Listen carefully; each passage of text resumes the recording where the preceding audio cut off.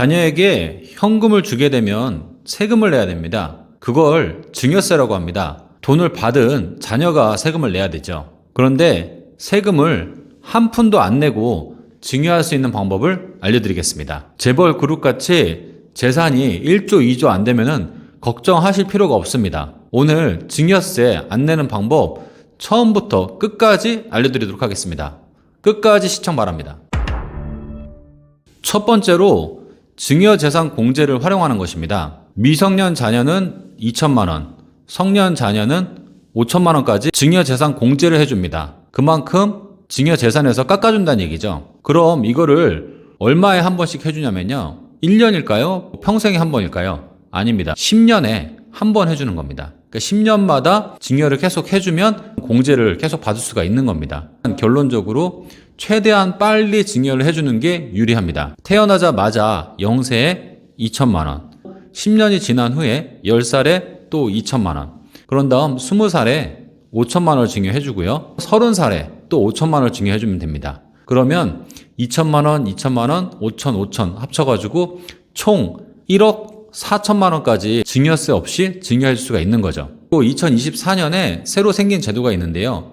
혼인에 따른 증여재산 공제입니다. 요새 젊은 층들이 결혼을 안 하잖아요. 왜냐면 집값도 비싸고 애들 교육하는 데 돈 너무 많이 들고 해가지고, 그렇기 때문에 부모가 자녀들 결혼할 때 1억까지 증여재산 공제를 해줍니다. 혼인신고일로부터 전후 2년에 안에 해주면 됩니다. 그러니까 아까 1억 4천 해줬잖아요. 거기다가 추가로 1억을 더 공제받을 수가 있는 겁니다. 그러면은 최대 2억 4천만 원까지 증여세 없이 증여할 수가 있습니다. 그리고 혼인공제뿐만 아니라 출산공제라는 게 새로 생겼습니다. 그래서 자녀가 출산을 했을 때 또 부모가 1억을 증여를 해줘도 세금을 내지 않습니다. 근데 혼인공제와 출산공제는 중복은 안 됩니다. 둘 중에 하나만 받아야 됩니다. 결혼할 때 30살에 5천만 원을 이제 증여를 받잖아요. 그런 다음에 또 혼인공제로 1억을 또 받지 않습니까? 그러면 남자가 1억 5천을 받을 수 있고 아내도 똑같이 1억 5천을 또 받을 수가 있죠. 그러니까 신혼부부가 될 때 3억까지는 증여세 없이 받을 수가 있는 겁니다. 그렇기 때문에 전세집이라든가 아니면 이제 첫 출발할 때 어느 정도 기반을 잡은 상황에서 출발을 할 수 있겠죠. 그러면 아까 어렸을 때부터 증여를 해주는 게 좋다고 했잖아요. 태어나자마자부터 여력이 있다 그러면요. 그러면 2천만 원을 단순히 정기 예금이나 정기 적금에 넣어놓는 게 아니라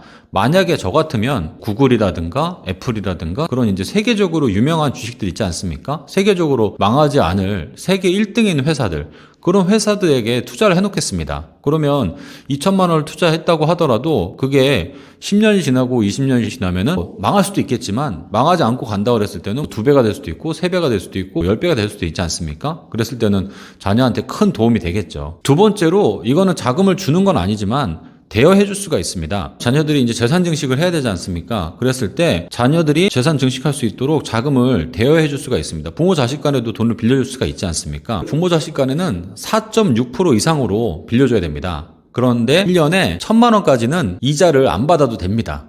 그러면은 그걸 환산하게 되면은 2억 1,700만 원 무이자로도 빌려줄 수가 있습니다. 자녀가 결혼해서 전세 살다가 집을 장만하려고 그래요. 그러면은 2억 정도는 빌려줄 수가 있다라는 거죠. 그러면 자녀가 이제 그걸로 투자를 해가지고 좀 더 재산을 증식할 수 있겠죠. 그래서 빌려줄 때 차용증을 꼭 써야 되거든요. 그리고 원금도 상환을 받아야 되는 거고요. 그래서 그 부분에 대한 영상은 제가 다른 영상에 또 찍어놓은 게 있습니다. 그러니까 그걸 참고하시면 되겠습니다. 세 번째로 창업자금 증여 재산 공제가 있습니다. 그걸로 해서 5억까지 세금 없이 증여해 줄 수가 있습니다. 이 창업자금이랑 자녀가 창업을 할 때 필요한 자금을 현금으로 지원하게 되면은 5억까지는 공제를 해줍니다.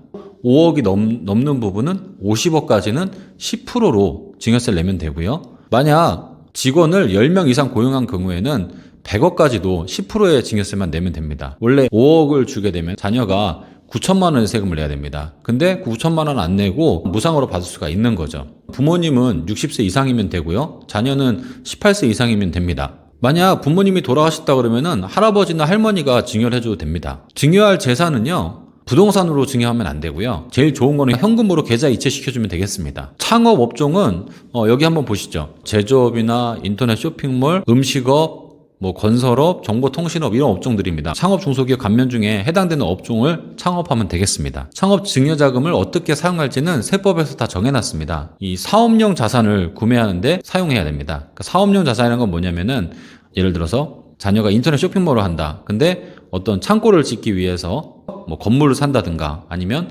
토지를 산다든가 또는 기계장치를 산다든가 그런 식으로 1년 이상 사용하는 물건들, 그러니까 그걸 감가상각 자산이라고 그러는데 그런 걸 사는 데 써야 됩니다. 그렇게 투자를 해야 되고요.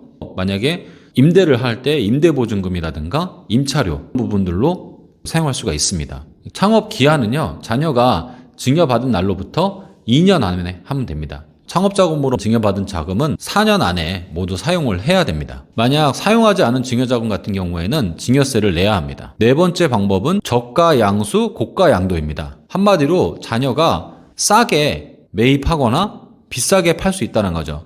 저가 양수라고 있는데요. 부모님이 부동산이 많아요. 집이라든가 상가 같은 걸 주고 싶어요. 부모가 시세보다 싸게 아파트를 파는 거죠. 예를 들어서 10억짜리 아파트를 자녀에게 7억에 파는 겁니다. 그러면은 자녀가 3억은 그냥 버는 거지 않습니까? 한마디로 3억을 증여하는 효과가 똑같이 있다는 거죠. 그러면 부모는 원래 양도세를 내야 됩니다. 부모님이 만약에 1세대 1주택으로 2년 이상 보유하거나 거주했으면 12억까지는 비과세입니다. 그러니까 만약에 10억짜리 집을 7억에 주더라도 세금이 없는 거죠. 양도세가 없는 거죠. 자녀가 시가보다 30% 싸게 사거나 아니면 3억까지 싸게 살 수가 있습니다. 반대로 고가 양도가 있습니다. 만약에 자녀가 10억짜리 집을 갖고 있는데 그거를 부모님한테 13억 원에 파는 거죠. 그럼 3억이는 더 비싸게 팔 수 있지 않습니까? 그러면 자녀가 3억을 증여받는 거나 마찬가지죠. 왜냐면 3억이나 비싸게 사줬으니까요. 그것도 세법에서는 증여로 보지 않습니다. 13억을 받았으니까 1세대 1주택이면 12억까지만 비과세가 되기 때문에 나머지 그 1억 초과하는 부분은 양도세를 내면 됩니다. 이것도 합법적인 겁니다. 왜냐하면 부모 자식 간에는 이 정도의 저가 양수나 고가 양도 같은 경우에는 인정을 해준다는 겁니다. 다섯 번째로 법인을 설립해서 주주를 만들어가지고 배당을 하는 방법이 있습니다. 가족 법인을 만드는 겁니다. 만약 부모님과 자녀 2명이 있다 그러면은 각자 25%씩 투자를 해가지고 법인을 만드는 거죠. 자본금 2억짜리 법인을 설립할 수 있겠죠. 그러면은 아빠, 엄마 각각 5천만 원, 큰아들 5천만 원, 작은 딸 5천만 원 이렇게 내야 되잖아요. 자녀들이 돈이 있다 그러면은 자녀가 돈을 내면 되고요. 만약에 자녀들이 돈이 없다 그러면은 부모님이 증여를 해줘도 됩니다. 성년 자녀 같은 경우에는 5천만 원까지 증여세 없이 증여해 줄 수 있다고 했잖아요. 이 법인으로 뭐 하냐고요? 기존에 하던 사업이 있다 그러면은 그 법인으로 사업을 하면 되고요. 그게 아니라 그러면 새로 만든 법인으로 해서 부동산을 투자할 수도 있고 상가나 건물에 투자할 수도 있고 재테크할 수 있는 여러 가지 방법이 있겠죠. 그러면 제일 좋은 게 자녀들이 배당을 받을 수가 있다는 겁니다. 1년에 2천만 원까지는 금융소득종합과세에 해당되지 않고 15.4%로 과세됩니다. 2천만 원까지는 배당을 해줄 수가 있는 거죠. 배당을 해줘서 자녀들이 합법적으로 재산을 증식할 수 있도록 도와줄 수가 있는 겁니다. 물론 2천만 원 더 이상 배당을 해도 됩니다. 3천만 원, 4천만 원 배당해도 되는데 만약 그 이상 배당을 해야 된다 그러면은 당연히 세금을 추가적으로 좀 더 내면 되겠습니다. 자녀가 만약에 법인에 실제로 일을 한다 그러면은 급여를 발생시킬 수도 있고 또 급여가 발생하면은 퇴직금도 있기 때문에 그렇게 자녀가 이 가족 법인을 통해서 부를 증식할 수 있는 기회가 마련이 된다는 거죠. 그리고 여섯 번째로 가업 승계 증여세 과세 특례라는 게 있습니다. 부모님이 하는 법인을 자녀에게 물려줬을 때 10억까지는 공제를 해주기 때문에 세금이 없습니다. 대상 기업은요, 매출액이 5천억 미만인 중소기업이나 중견기업이고요. 부모님은 60세 이상이어야 되고 10년 이상 경영을 했어야 됩니다. 자녀는 18세 이상이어야 되고요. 증여세 신고 기한까지 해당 법인에 취업을 해야 되고요. 증여일로부터 3년 안에 대표이사로 취임을 해야 됩니다. 증여한 부모님은 이 최대 주주로서 비상장 법인 같은 경우에는 지분을 40% 이상 보유를 해야 되고요. 상장된 기업 같은 경우에는 20% 이상 지분을 보유하고 있어야 됩니다. 그래서 기본공제로 10억을 공제를 해주고요. 그 10억까지는 증여세가 없는 겁니다. 10억 초과 120억까지는 10%로 과세를 하고요. 120억부터 600억까지는 20%로 저율로 과세를 합니다. 물론 나중에 상속 재산에 포함돼 가지고 이걸 정산하게 돼 있는데요.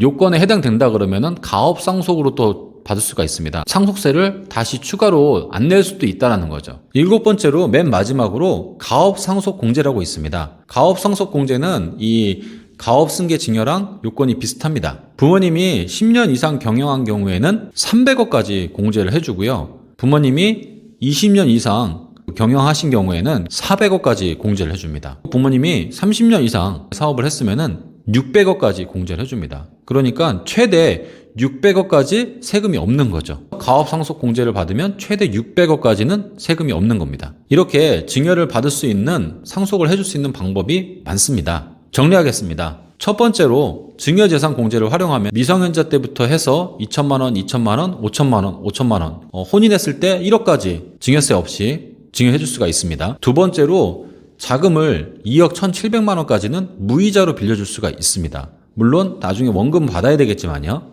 세 번째로 창업자금을 5억까지 세금 없이 증여해줄 수가 있습니다. 물론 나중에 상속세 시점에서 정산을 해야 되는 부분이 있지만 상속세 같은 경우에도 부모님이 만약에 배우자가 있다 그러면은 10억까지는 상속세가 없고요. 배우자가 안 계시다 그러면 만약에 아버님만 계시고 어머님이 먼저 돌아가셨다 그러면 5억까지는 상속세가 없습니다. 그러니까 나중에 정산되더라도 전체적인 상속 금액이 5억이 안 된다 그러면은 상속세를 낼 일이 없죠. 네 번째로 자녀가 부모님의 부동산을 저가로 양수하거나 또 본인의 부동산을 부모님에게 고가로 양도해 줄 수가 있습니다. 다섯 번째로 가족법인으로 설립을 해가지고 배당을 받을 수가 있습니다. 그래서 자녀에게 합법적으로 배당을 매년 2천만 원씩 그렇게 해줄 수가 있다라는 거죠. 여섯 번째로 가업승계 증여세 특례가 있습니다. 그거는 10억까지는 공제되고요. 물론 가업승계 증여도 나중에 상속 재산에 다 포함돼서 정산하게 돼 있는데 맨 마지막으로 가업 상속 공제 말씀드렸잖아요. 가업 상속 공제를 받으면은